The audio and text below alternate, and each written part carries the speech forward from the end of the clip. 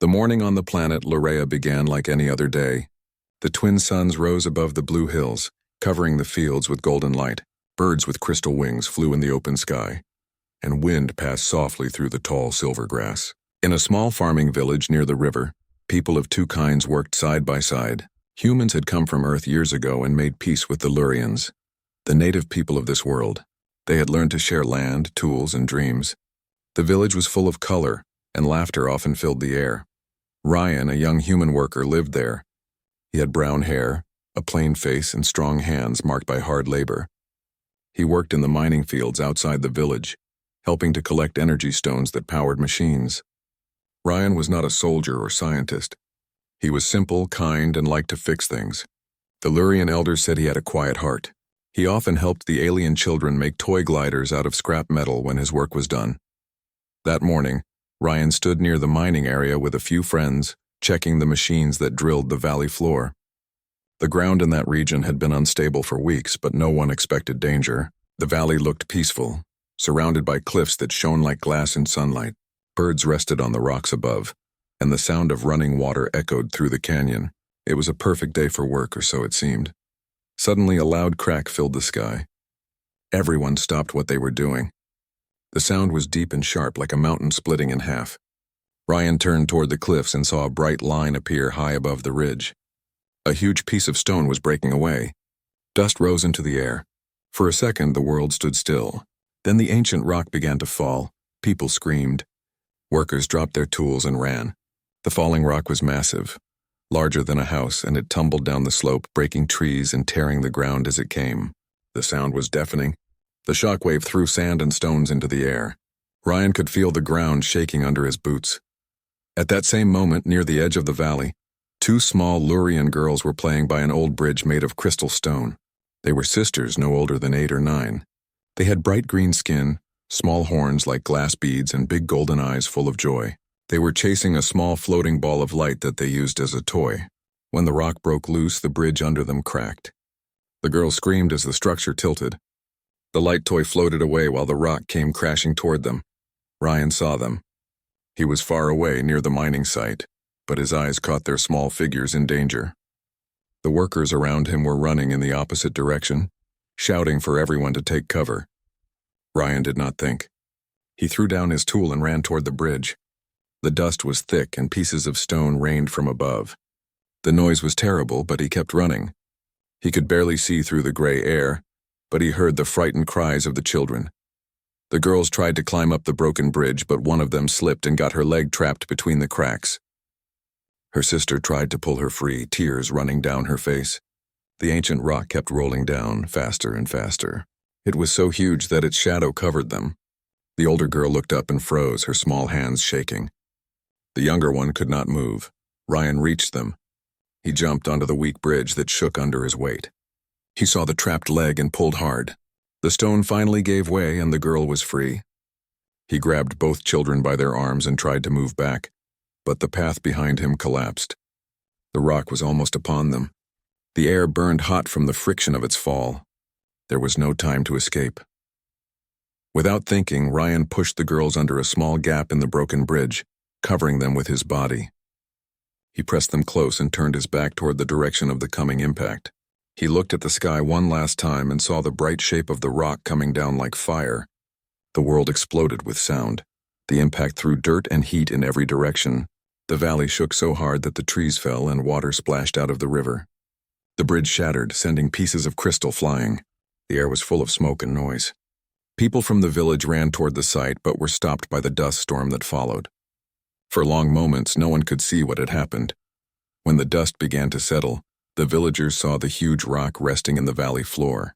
It was half buried, still smoking from the fall. Broken trees lay everywhere. Slowly, the rescuers moved in. They searched for survivors among the wreckage. Many feared that no one could have lived through that strike. Then someone saw movement near the cracked bridge. A figure was lying there, covered in dirt and ash. It was Ryan. His clothes were torn and his back was bleeding, but his arms still covered the two little Lurian girls. They were crying but unharmed. Ryan was breathing slowly, his face pale with pain. When the rescuers called his name, he tried to smile but could not speak. The crowd fell silent. The alien elders reached the scene. They had never seen such an act of bravery. The oldest one, Elar, knelt beside Ryan and touched his shoulder gently. Ryan's body shook with pain, but he refused to move until the girls were fully safe in their mother's arms. When they were carried away, he finally let out a weak sigh and closed his eyes. The villagers lifted him carefully and took him toward the healing center in the middle of the village. The Lurian healers with long silver robes worked quickly. They placed Ryan on a glowing bed that repaired damaged tissue with energy light. The two girls stood nearby, holding each other and watching. They did not understand why a human had done this for them, but they felt something deep inside their hearts. The elder told them that true courage has no species. Outside, the people of both races gathered. The sky was still gray from the dust, and the smell of burned earth filled the air.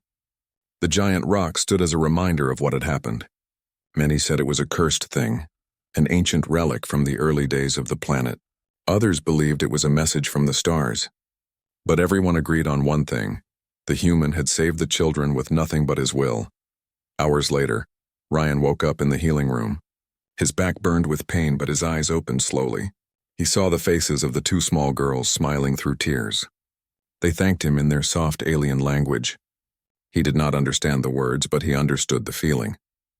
He raised his hand weakly, and they held it. Lar entered the room and stood beside him.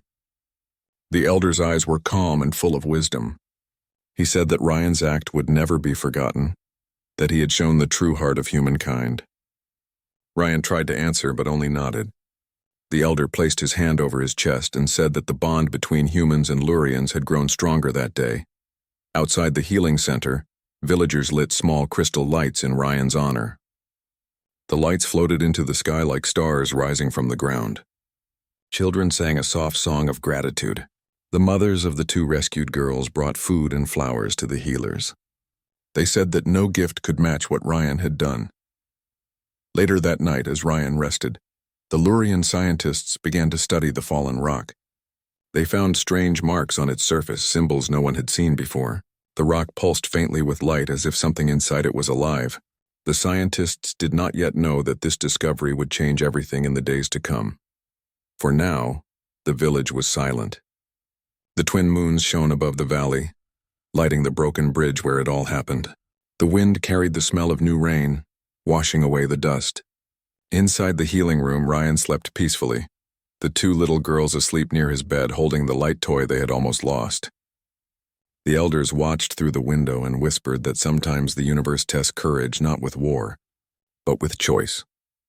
And somewhere deep inside the giant fallen stone, a faint hum began to grow like a heart waking after a long sleep. The twin suns rose again over the green valley of Lurea. The village was still recovering from the shock of the fall. The huge rock that had come down from the cliffs now rested like a sleeping giant at the center of the valley. Its surface was dark and smooth, with strange glowing lines running across it. The air around it carried a soft hum, like the whisper of hidden power. No one dared to touch it without protection. The people called it the Sky Stone. Inside the healing center, Ryan lay on the recovery bed covered with a soft silver blanket. The light crystals above him glowed faintly, filling the room with warmth. The Lurian healers worked silently, using their energy wands to close the wounds on his back. His skin had deep marks from where the stone had struck, but he did not complain. He was awake now, weak but alive. The two little Lurian girls sat beside his bed, refusing to leave. They had brought him flowers that shone like stars, a gift of thanks from their family. Ryan tried to sit up, but his back ached too much. The older girl, named Mira, touched his arm gently and told him to rest. Her voice was calm and kind. The younger one, Neela, smiled shyly and offered him a piece of fruit wrapped in green leaves. Ryan smiled back and thanked them both. Though he did not speak their full language, kindness needed no words. The sight of their small faces made him forget the pain for a moment. The door opened and Elder Elar entered the room. He carried a long staff carved with the symbols of his people. His eyes were old but sharp. Behind him walked a human doctor named Lena, one of the few medical workers from Earth who lived on Lurea. Together they had come to check on Ryan's condition. Elar looked at Ryan and bowed his head slightly. "Human Ryan," he said, his deep voice calm. "Our people owe you more than words can express. You risked your life to protect our young ones. You did not think of your own safety. You have given us a lesson that will be remembered for generations." Ryan tried to speak, his throat dry. "Anyone would have done the same," he said softly. "They were just children." Lena smiled and shook her head. "Not everyone would have done what you did," she said. "You took the weight of a mountain on your back. You are lucky to be alive." Ryan looked down, unsure what to say. He did not see himself as a hero. He had only acted because it felt right. The memory of the girls crying under the falling bridge still echoed in his mind. He was glad they were safe. That was all that mattered to him. Ilar placed his staff beside the bed and sat down. "Our scientists are studying the Sky Stone," he said. "It is not an ordinary rock. It carries energy we have never seen before. Some of my people fear it. Others believe it is a message from the ancient ones who built this world long before we existed." Ryan listened carefully. He had seen the stone up close before he lost consciousness. Even then he had noticed its strange smoothness and faint light. "You think it might be alive?" he asked quietly. Ilar nodded slowly. "Perhaps not alive as we know life, but it holds power. When it fell, it did not break apart like normal stone. It landed with great force, yet it remains whole. The markings on its surface glow stronger every hour. Something inside it may be awakening." Lena frowned. "That sounds dangerous," she said. "If it is some kind of old weapon or machine, we must be careful," Eller agreed. "We are setting guards around it and preparing barriers to study it safely. The Sky Stone may hold knowledge, but knowledge without respect can bring harm." Ryan thought for a moment. "Do you think it fell by accident?" he asked. Ilar's eyes narrowed. "No one knows. Some say the mountain released it naturally, but others believe it was sent. Maybe it was waiting for something to wake it." Lena turned to Ryan. "For now, you should rest. The council will handle the investigation." Ryan nodded, though his mind was still full of questions. As the elder and doctor left, Mira and Neela stayed by his side, humming a soft Lurian song. The tune was light and peaceful. The sound of it carried comfort through the room. Ryan closed his eyes and drifted into sleep, feeling warmth instead of pain for the first time since the accident. Outside the healing center, the village was busy again. Groups of Lurian workers and human engineers worked together to secure the area around the fallen rock. They built fences of metal and crystal, marked with glowing warning signs. Scientists set up machines that scanned the surface of the stone. It was unlike anything they had ever studied. Its energy signature pulsed in slow rhythms, almost like a heartbeat. At night, when the suns went down, the Sky Stone glowed with a pale blue light. Some villagers believed it was a spirit watching over them. Others feared it was a curse. The little girls who had been saved by Ryan often stood near the fence, holding hands and watching the glow. They whispered that maybe the stone had fallen to test the courage of hearts. The elders listened to their words and wondered if there was truth in them. 3 days passed. Ryan grew stronger. His wounds healed faster than the healers expected. He began walking short distances, and the children helped him with small steps. The villagers came often to visit him, bringing gifts and words of thanks. They called him the Shield, a name of honor among the Lurians. Ryan felt shy hearing it, but he could not deny that their gratitude warmed his heart. One evening, as Ryan sat outside under the twin moons, he heard strange sounds from the valley. It was a soft humming that grew louder each minute. The air shimmered faintly. He looked toward the direction of the Sky Stone. The blue light on its surface had become brighter, pulsing like the breath of some sleeping creature. From where he sat, he could see the guards standing alert and the scientists running to their stations. The hum was deep and steady, shaking the ground gently. Ryan felt a strange pull inside his chest. It was as if the stone was calling him. He could not explain it. He stood up slowly, ignoring the slight pain in his back, and began walking toward the valley. The path was empty, and the night wind carried the smell of metal and dust. When he reached the fence, he saw Ilar and Lena already there, staring at the glowing rock. "What is happening?" Ryan asked. Lena looked worried. "The energy is rising. The scanners show it is building pressure inside. It could be preparing to release it." Ilar raised his staff, his eyes fixed on the moving light patterns on the stone. "It is waking," he said softly. "The ancient power inside it is no longer sleeping." Suddenly, the glowing lines on the rock shifted. They formed symbols that looked like letters but were unknown to both humans and Lurians. A bright flash came from the center of the stone, and a wave of energy spread across the valley. The wind blew strong, and people fell to the ground. Machines shorted out. The guards shouted, but no one knew what to do. Ryan stood still. The wave passed through him, and for a moment he saw something in his mind. A vision of stars, old ships, and strange beings that looked neither human nor Lurian. He saw battlefields and cities lost to time. Then the vision ended and he fell to his knees, breathing hard. Elar ran to him. "Ryan, what did you see?" Ryan looked up slowly. "It showed me the past," he said. "It showed me a war that ended before we were born. It showed destruction but also hope." Lena helped him stand. "It may have connected with you because you touched it before," she said. "Your body might still carry its energy." Ilar's eyes widened. "Then it chose him. The Skystone has recognized the one who protected life. Perhaps it seeks balance through the one who risked everything." Ryan shook his head, confused. "I am just a worker. I do not understand what it wants." Ilar looked at the glowing rock again. "Sometimes the universe speaks to the humble because they listen. You saved our children, and now the stone has saved its voice for you." That night, guards doubled around the site. The energy slowly calmed, but the light never faded again. The Skystone continued to glow, and everyone knew that something greater had begun. Ryan returned to his room, feeling both fear and wonder. He did not know what was coming, but he sensed that the day he used his back to protect two little girls had started something far larger than anyone could imagine. As the moons crossed paths in the sky, the village fell silent. The hum of the Skystone echoed like a heartbeat through the valley. Ryan looked out from his window and whispered a silent promise to protect this world, no matter what waited inside that ancient stone. The suns of Lurea shone brightly over the valley once again. Days had passed since the Skystone released its strange wave of energy. The villagers still spoke about it in hushed voices. Some believed it was a warning. Others said it was a sign of destiny. The scientists continued to study the mysterious object, but they were no closer to understanding its true nature. It pulsed with light at random times, as if it breathed like a living being. Ryan had mostly recovered from his injuries. His back still carried deep marks, but the healer said his body was healing faster than any human they had ever treated.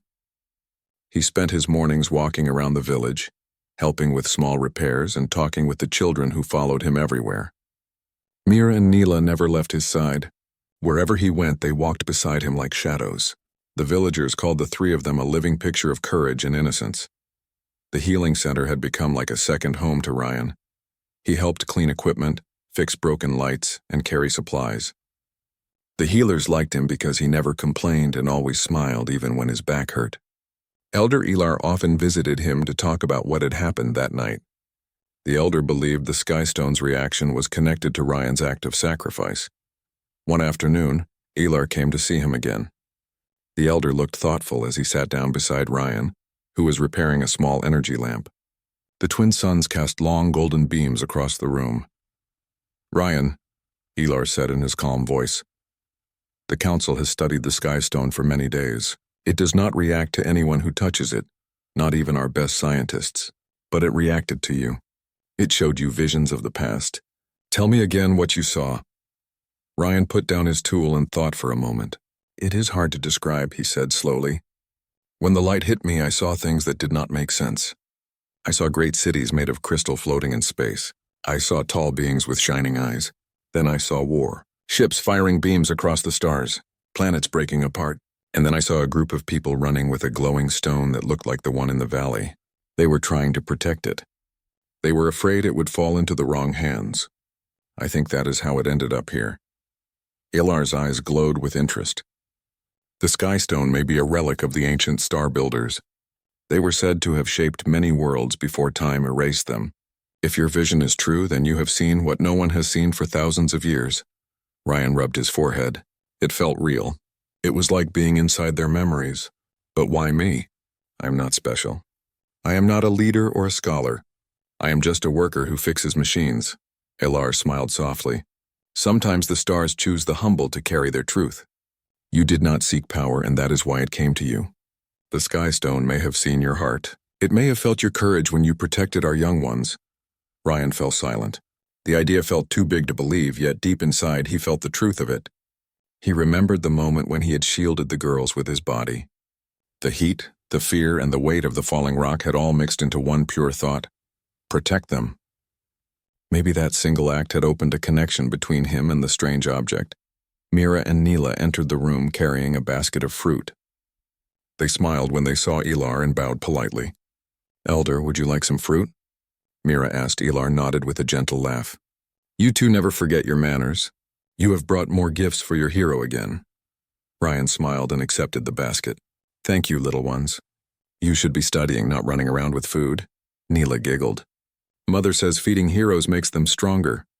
Elar watched them with soft eyes. "They see you as family now, Ryan.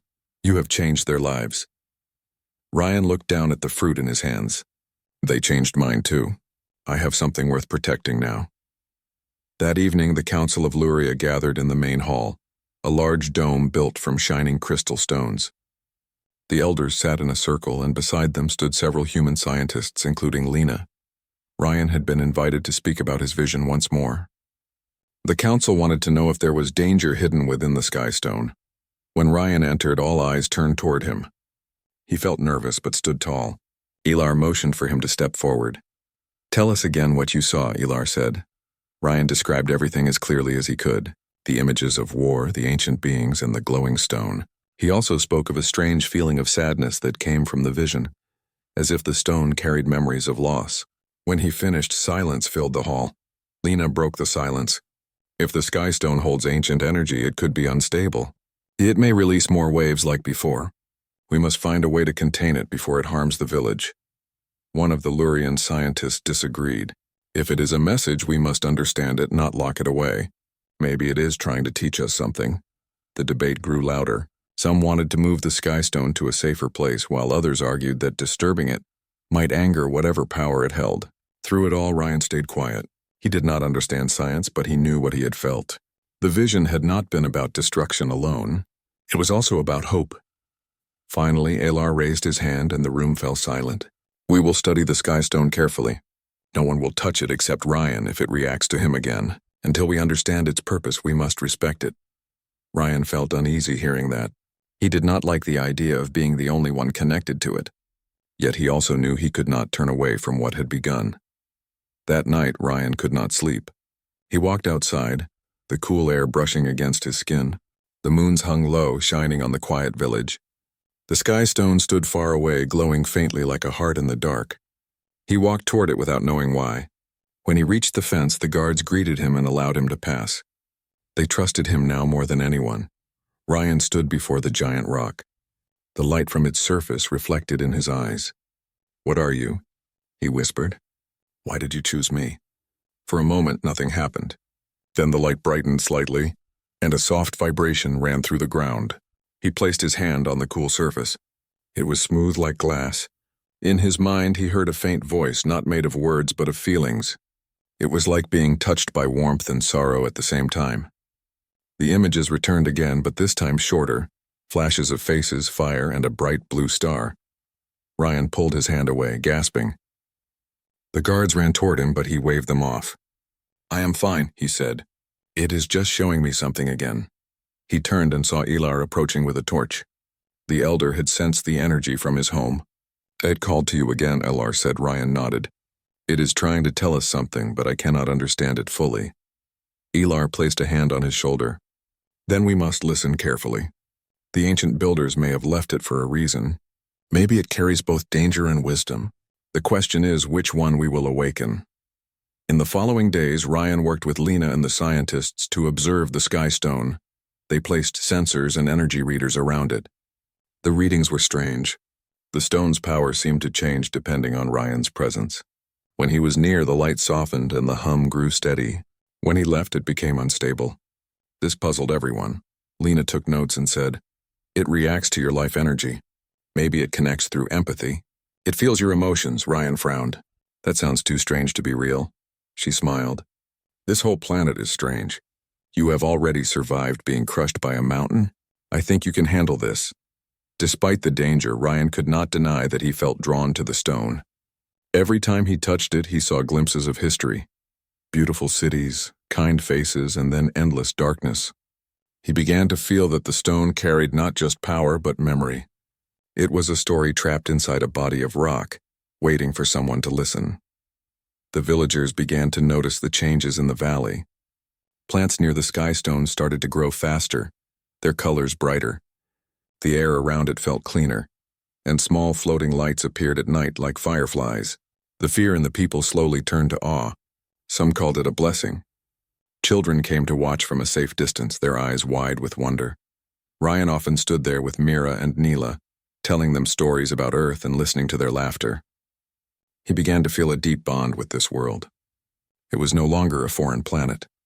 It was home. But deep inside he knew that peace could not last forever. The Sky Stone was changing. It was preparing for something greater, something the people of Lurea might not be ready for. And as the stars shone above, Ryan felt the same quiet voice inside his mind again, whispering not in fear but in hope. It spoke one clear message, not in words but in feeling. The sun rose slowly over the valley of Lurea, painting the silver hills in bright gold. The air was calm, but beneath the peace lay tension. The Sky Stone had become brighter each night. Its blue light now reached the edges of the village, casting long shadows that moved like water. The people could feel the strange energy in their bodies. Machines sometimes stopped working, and the air smelled faintly of metal and rain. The scientists were worried. The elders prayed for balance. Ryan had become part of the research team since the Sky Stone reacted to him. He still carried the marks on his back, but his strength had returned fully. Every day he stood near the great rock, watching the patterns on its surface shift and glow. Sometimes he thought he could hear whispers in the wind when he was close to it. He never told anyone about that part. It was not fear that filled him, but curiosity. Mira and Neela often visited him with food and smiles. They called the Sky Stone the sleeping star. To them, it was no longer a monster, but a giant heart that had chosen Ryan as its friend. He always smiled when they said that, though deep inside he was unsure if the stone's friendship was a gift or a warning. Elder Elar stood beside Ryan one morning as they watched the glowing rock together. The elder leaned on his staff and spoke softly. "The stone's light is spreading.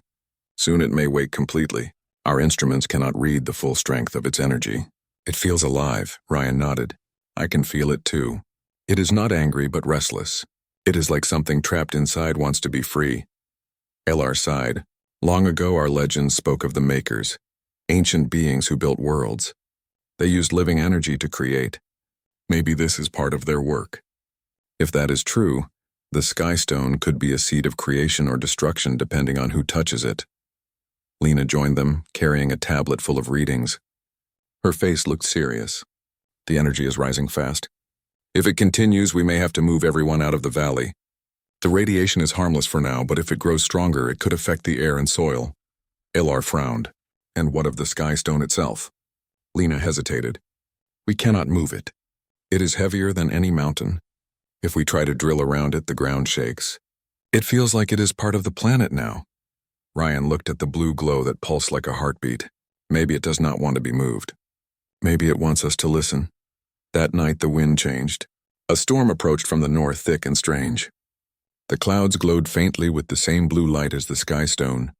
The villagers gathered in their homes, watching the sky. Thunder rolled across the valley, but it was not like normal thunder. It sounded like deep voices echoing through metal halls. The ground trembled slightly. Ryan stood outside the healing center with Elar and Lena, staring at the storm. "It feels like the Sky Stone is calling the clouds," he said. Lena checked her instruments. "The energy readings are in perfect rhythm with the lightning strikes. It is controlling the storm somehow." Elar's face was grave. "This is no natural storm. The Sky Stone may be opening a path, calling to something beyond this world." As lightning flashed, a sudden blast of light burst from the rock, brighter than anything before. It shot into the sky like a pillar cutting through the clouds. The thunder stopped and everything became silent for a single heartbeat. Then the light spread outward in waves. The storm broke apart, but the air shimmered with strange shapes, symbols and images floating like ghosts. Everyone in the valley saw them. Ryan felt the world tilt around him. In his mind, he saw more visions. He saw the same beings from before, tall and shining, standing before a black sun. They were speaking without words, sending a message through the stars. He understood it without sound. The Sky Stone was a fragment of their world, a seed of their power, and it had fallen to Lurea by purpose, not by chance. It had waited for one who would protect life above all else to awaken it. The light faded slowly. The villagers stood in awe, silent and afraid. The air buzzed with soft energy. Ryan fell to his knees, breathing hard. Alar and Lena ran to him. What did you see? Alar asked urgently. Ryan looked up at the glowing rock. It showed me the truth. It is not only a weapon or a relic. It is a guardian. It protects life, but only if the life around it proves worthy. It fell to see if this world still holds courage. Lena frowned. That sounds like a test. But if it is a test, what happens if we fail? Ryan looked at her with tired eyes. Then it will move on. Or worse, it might destroy what it finds unworthy. The elders called for a meeting that same night. Inside the crystal hall, the light of the sky stone reached through the windows, filling the chamber with a soft blue glow. The people of both races sat together, their faces showing both fear and hope. Elar spoke first. The sky stone has awakened. It carries the memory of the makers. We must decide how to act. Should we continue to study it, or should we leave this valley before its power grows? A Lurian elder named Saran stood and said, We cannot fight what we do not understand. If it brings life, we should accept it. If it brings death, we cannot stop it anyway. Lena shook her head. We cannot just wait. If it releases another energy wave, it could destroy everything around it. We need a way to control it. Ryan stood slowly, the light from the stone shining across his face. It reacts to me. Maybe it listens because it saw what I did that day. If it sees courage, maybe it trusts me. Let me talk to it again. Alar looked at him with concern. It could harm you. Ryan smiled faintly. If it wanted to harm me, it would have done so already. The room fell silent. Finally, Alar nodded. Then you will go at dawn. We will stand by you. When morning came, the valley was quiet. The suns rose behind thin clouds, and the sky stone glowed stronger than ever. Ryan walked toward it, his steps steady, while the villagers watched from a distance. Mira and Neela stood near their mother, holding hands tightly. Alar and Lena followed behind Ryan but stopped several steps away as he approached the glowing surface. He placed his hand on the rock again. It was warm this time, almost like skin. The humming grew louder. His mind filled with light and sound. The same vision returned, but now it changed. He saw the ancient builders once more, standing in a hall of crystal. They looked at him, their faces calm and wise. One of them raised a hand, and a voice entered his thoughts. You carry the mark of protection. Your act of sacrifice opened the path. The sky stone is awake, and now you must choose its fate. Ryan's voice shook as he spoke aloud. What fate? What does it want? The voice replied inside his head. The power within can restore or destroy. It must be guided by a will that values life over power. That is why it waited. That is why it fell. Ryan felt the energy rise through his body, flowing like fire. His back glowed faintly with blue light where the scars had been. Alar and Lena watched in awe. The stone surface shifted and opened slightly, revealing a glowing core inside, spinning slowly like a star. Ryan turned toward Alar and shouted, It wants to release its energy into the planet. It will heal the land and make it strong again, but only if I allow it. If I deny it, the energy will remain trapped until it bursts. I have to make the choice now. Alar stepped forward. Then choose with your heart, human. The universe has already seen it once. Ryan closed his eyes. He remembered the girls' faces, the kindness of the villagers, and the bond between humans and Lurians. He thought of how both races had worked together to build this home. When he opened his eyes, they were clear with determination. He placed both hands on the sky stone and spoke firmly. Let your power heal this world. Let your purpose be peace. The ground shook as the stone responded. A wave of bright light spread outward, covering the valley. The energy passed through every living thing, filling them with warmth. The trees grew taller, the river sparkled, and the air turned pure. The villagers felt strength flow through them. It was not pain, but renewal. When the light faded, the sky stone became still again. Its glow softened until it was only a gentle shimmer. Ryan fell to his knees, exhausted but alive. The marks on his back no longer hurt. The scars were gone. Alar helped him stand. It listened to you. You have done what even the ancients could not. Ryan looked at the stone, now calm and silent. It wanted to protect. It just needed someone to believe in that purpose. The villagers cheered from a distance, their voices full of joy. The land that had once been dry now shone with life. Flowers bloomed around the valley, and the air smelled of new beginnings. That night, as the moons rose, the people gathered for a celebration. They sang songs of courage and unity. Mira and Neela danced with laughter, holding Ryan's hands. Alar stood before the crowd and spoke proudly. This man showed us the strength of humanity. He carried the weight of stone and the burden of destiny, not for glory, but for love of life. Let him be known as the Shield of Luria. Ryan felt shy but happy. He looked at the faces around him, human and Lurian, young and old, and knew that he had found something greater than himself. The Sky Stone had tested their world and they had passed, but as he looked at the horizon, he saw a faint light flicker in the distant sky, another glow that looked just like the Sky Stone before it fell. He did not tell anyone that night. He only watched quietly, knowing that the universe was full of more sleeping stars waiting for hearts brave enough to wake them. The valley of Lurea glowed softly in the early morning light. The villagers were busy preparing for the day, yet a quiet excitement hung in the air. The Sky Stone had transformed the land. The rivers sparkled like crystal. The fields were greener than ever, and flowers bloomed in colors that no one had seen before. Humans and Lurians walked together, working and laughing as the land thrived. The miracle had not gone unnoticed, and everyone whispered about the human who had saved their world. Ryan walked through the village slowly. He had returned to his normal life, but things had changed. He no longer felt like an ordinary worker. He carried the memory of the Sky Stone in his heart, a bond that had changed him forever. The little girls, Mira and Neela, ran alongside him, their laughter echoing through the streets. Ryan bent down to lift Nyla into his arms, and she giggled with delight. Mira twirled beside them, her golden eyes shining like the morning sun. The elders had called a meeting to honor Ryan. The Council of Lurea gathered in the Crystal Hall, and villagers filled the space, eager to witness the ceremony. Elar, Lena, and several human scientists stood at the front. The Sky Stone rested in the valley beyond the windows, calm and serene, its light a gentle reminder of the events that had changed their world. Elar raised his staff, and the room fell silent. "People of Luria, humans and Lurians alike," he said, his voice clear and steady. "Today we honor the one who showed us the true strength of courage and compassion, the one who used his back to protect life even when faced with a falling mountain, the one who awakened the Sky Stone and guided it to heal our world." Ryan stepped forward. Ryan hesitated for a moment, feeling a strange mixture of pride and humility. He walked to the front, Mira and Neela holding his hands tightly. The crowd erupted in applause. Humans clapped, Lurians waved their hands and chanted softly, and the children cheered loudly.